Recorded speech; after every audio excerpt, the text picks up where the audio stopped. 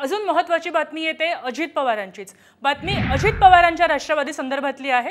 विधानसभा निवडणुकीसाठी अजित पवारांच्या पक्षाचे 25 उमेदवार ठरल्याची माहिती साम टीव्हीच्या हाती लागली आहे।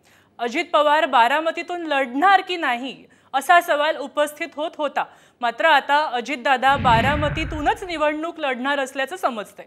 अजित पवारांनी 25 उमेदवारांना तयारीला लागण्याचे आदेश दिले आहेत। उमेदवार कोण आहेत आपण ग्राफिक्सच्या माध्यमातून पाहूया।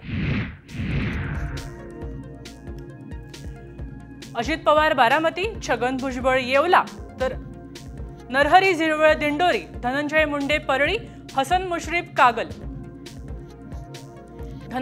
संजय बनसोडे उदगीर, अनिल पाटील अमळनेर, अदिती तटकरे रायगड, इंद्रनील नाईक पुसद, मकरंद आबा पाटील वाई खंडाळा महाबळेश्वर, तर अण्णा बनसोडे पिंपरी, दत्ता भरणे इंदापूर, नितीन पवार कळवण, सुनील शेळके मावळ,